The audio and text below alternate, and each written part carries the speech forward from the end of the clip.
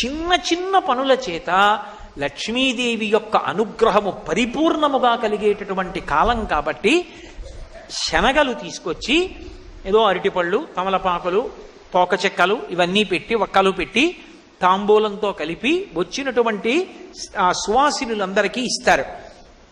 ఇల్లంతా మంచి శోభస్కరంగా ఆ రోజంతా కూడా లక్ష్మీప్రదంగా గడుస్తుంది.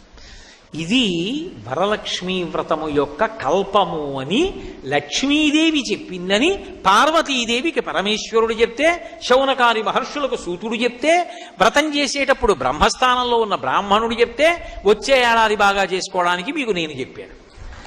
కాబట్టి వ్రతాన్ని చేసేటప్పుడు ఎప్పుడూ కూడా ముందుగా అధ్యవసాయ బుద్ధితో పరిశీలనం చేసి పరమ సంతోషంతో ప్రహృష్టమైనటువంటి హృదయంతో చేసుకోవాలి.